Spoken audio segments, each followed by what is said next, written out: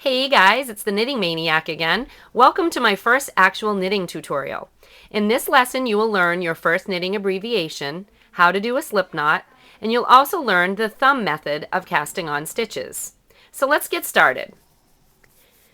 Here's your first knitting abbreviation, CO.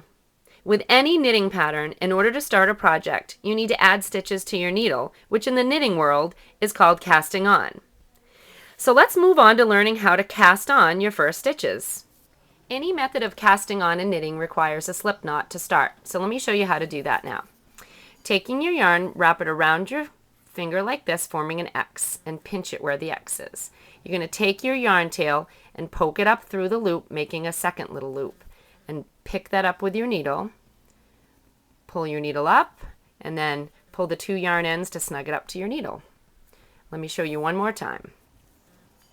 Take the yarn and wrap it around your finger. Put the yarn through the loop. Grab that loop you just poked up.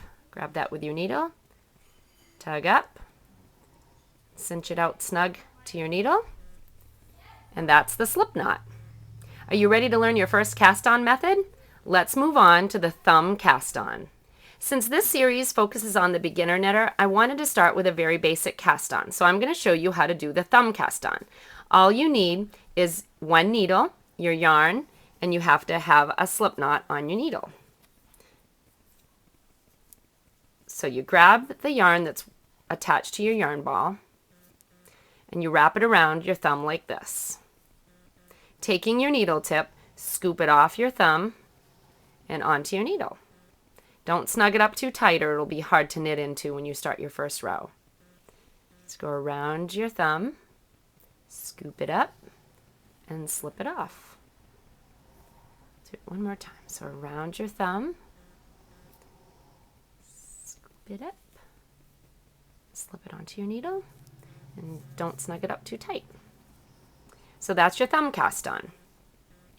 I made little swatches to show you the end result, and this is the cast on edge here. You can see it's nice and stretchy, and it's a pretty smooth looking edge.